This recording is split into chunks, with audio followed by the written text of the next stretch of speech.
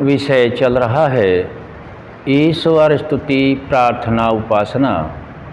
इस विषय को परमात्मा की वाणी वेद जो सृष्टि के आदि में ही ज्ञान दिया जाता है और संपूर्ण सृष्टि जब तक इसका समय है विद्यमान रहता है, और तो और जब अन्य सृष्टियाँ होंगी, अनंत होंगी या पीछे अनंत हो चुकी हैं, उन सभी में केवल यही ज्ञान रहता है।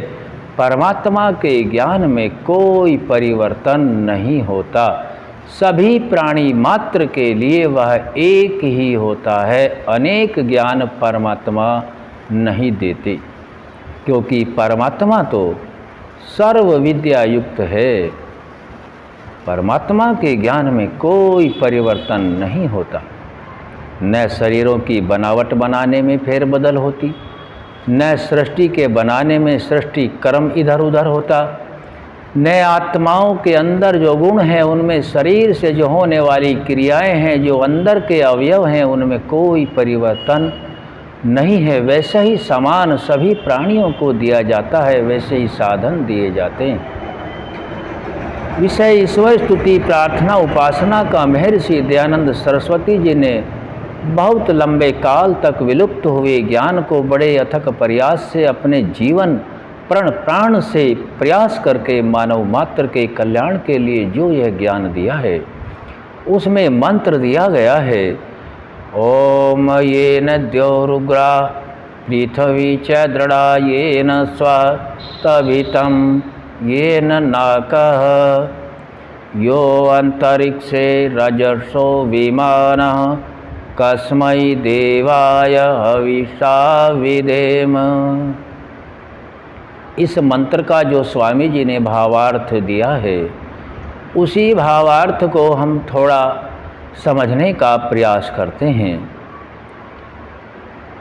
जिस परमात्मा ने तीक्ष्ण स्वभाव वाले सूर्य आदि को, जिस ईश्वर ने पृथ्वी को, जिस जगदीश्वर ने दुख रहित मोक्ष को धारण किया है। अब ये इसमें कुछ शब्द आए हैं, इनको हम धीरे धीरे समझने का प्रयास करते हैं। जिस परमात्मा ने, अर्थात जो चेतन स्वरूप है, ब्रह्मांड का रचने वाला है, संहार करने वाला है और सृष्टि का पालन पोषण करने वाला है, उस परमात्मा ने, जिस परमात्मा को हम अनंत नामों से जानते हैं, जैसे जैसे परमात्मा के कर्म हैं, अनंत कर्म हैं, उन्हीं के अनुसार परमात्मा के अनंत नाम भी हैं। व्यक्ति ही यदि हम सामान्य ज्ञान से देखें तो व्यक्ति जितने कार्य करता है, यदि पढ़ाता है तो अध्यापक कहते हैं, पढ़ता है विद्यार्थी कहते हैं, संतान उत्पन्न होती है तो पिता कहते हैं, अन्य रिश्तेदारियों में जहाँ रिश्ते नाते हैं वहाँ नाम बदल जाते हैं, लेकिन होता वह एक ही है। इसीलिए परमात्मा के गुण, परमात्मा के कर्म और स्वभाव के अनुसार असंख्य नाम हैं। जैसे सृष्टि की रचना करते हैं, रचना करने से जो गुण बना परमात्मा को ब्रह्म कहते हैं, अर्थात ब्रह्मा कहते हैं। परमात्मा सृष्टि का पालन करते हैं, पालन करने के लिए ब्रह्मांड में यज्ञ हो रहा है। यह परमात्मा का अनंत सामर्थ्य के अनुसार ही हो रहा है, अन्य किसी के अंदर वह सामर्थ्य नहीं हो सकता। तो पालन करने के लिए अन्न, औषधि, पृथ्वी, सूर्य, चंद्रमा, जल आदि सभी का निर्माण किया गया है।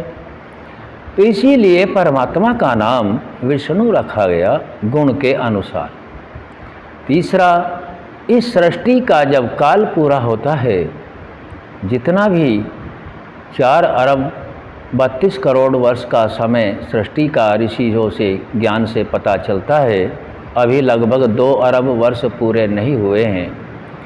इतना समय जब होगा तब सृष्टि अपने मूल रूप में पहुंच जाएगी, कारण रूप में चली जाएगी, और कारण से फिर कार्य रूप में आना है तब भी इतना ही समय लगता है।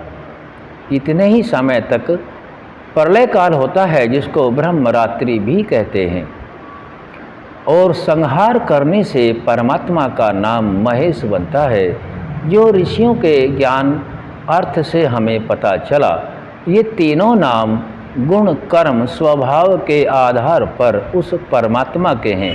तो यहाँ मंत्र में कहा गया जिस परमात्मा ने, तो जिसका अर्थ है यही परमात्मा, जिसने तीक्ष्ण स्वभाव वाले सूर्य आदि को, तीक्ष्ण अर्थात सूर्य के नज़दीक, सूर्य के पास कोई वस्तु पदार्थ यदि है, उसके तेज के सामने वह तुरंत स्थूल से सूक्ष्म में परिवर्तित हो जाती है, अर्थात भस्म हो जाता है। इतना तेज सूर्य का है। सूर्य पृथ्वी से कई गुना बड़ा है और पूरे लोक को, इसको जिसमें हम रहते हैं, प्रकाशित करता है। सूर्य से फसलों में वृद्धि होती है, ऊर्जा मिलती है, और सूर्य के चारों ओर पृथ्वी एक वर्ष में चक्कर लगाती है। तो जो अनंत तीक्ष्ण स्वभाव वाले सूर्य आदि जो और पृथ्वी है, पृथ्वी को इतना दृढ़ बनाया है। आज हम मकान, दुकान, पुल, सड़कें आदि बनाते हैं तो 20, 30, 50 वर्षों में नष्ट हो जाता है, लेकिन परमात्मा की जो यह पृथ्वी बनाई हुई है, असीम सामर्थ्य से बनाया हुआ यह पदार्थ है, इसको 1,96,08,53,125वां वर्ष चल रहा है। इसमें कोई फेरबदल, परिवर्तन, निष्क्रियता नहीं है। तो वह महान है, महान है। पृथ्वी को दृढ़ बनाया है जिस परमात्मा ने, तीक्ष्ण स्वभाव वाले सूर्य आदि को, जिस ईश्वर ने पृथ्वी को, और जिस जगदीश्वर ने, जो जगत का ईश्वर, उसी परमात्मा के ये सब नाम हैं, मोक्ष को धारण किया है। मोक्ष अर्थात सुख, आनंद, जिस शरीर के आधार से हम सभी आत्माएं इस पृथ्वी मंडल पर रहते हैं, और इस शरीर में अनेक रोग दोष होते हैं, कभी इनके निवारण करने में, कभी शरीर के प्रति सुखों को प्राप्त करने के लिए, ऐश्वर्यों को प्राप्त करने में, बहुत समय पूरा जीवन ऐसे ही चला जाता है। अर्थात जब यह आत्मा इस शरीर से अलग होकर के उस सुख स्वरूप, न्यायकारी, सर्वव्यापक, अनंत गुणों से युक्त परमात्मा के आधार से रहता है, वहाँ केवल आनंद ही आनंद है, किसी प्रकार का रोग दोष नहीं है। तो परमात्मा ने उसी मोक्ष को धारण किया हुआ है। यदि हमें सबको यह सुख प्राप्त करना है तो परमात्मा को गुणों से जान करके ही, अपने आप को पुण्य बढ़ा करके, पवित्र कर्म करके ही उस परमात्मा के मोक्ष स्वरूप का आनंद लिया जा सकता है। उसी के लिए सभी यह प्रयास है। और परमात्मा को, आत्माओं को शरीर देने का जो मानव शरीर दिया है, प्रयोजन भी यही है, क्योंकि हम सभी परमात्मा की पुत्रवत संतानें हैं। कोई भी पिता अपनी संतान को दुख में नहीं देखना चाहता है। इसीलिए हम सभी आत्माओं को भेजने का मुख्य प्रयोजन परमात्मा का मोक्ष प्राप्त कराने का है। और मोक्ष के लिए परमात्मा ने वेद का ज्ञान दिया हुआ है। इस वेदानुकूल जो कर्म करते हैं उनको विद्वान कहते हैं। वेद के ज्ञान से जो युक्त होते हैं उन्हें विद्वान, ज्ञान से वान की उपाधि दी जाती है।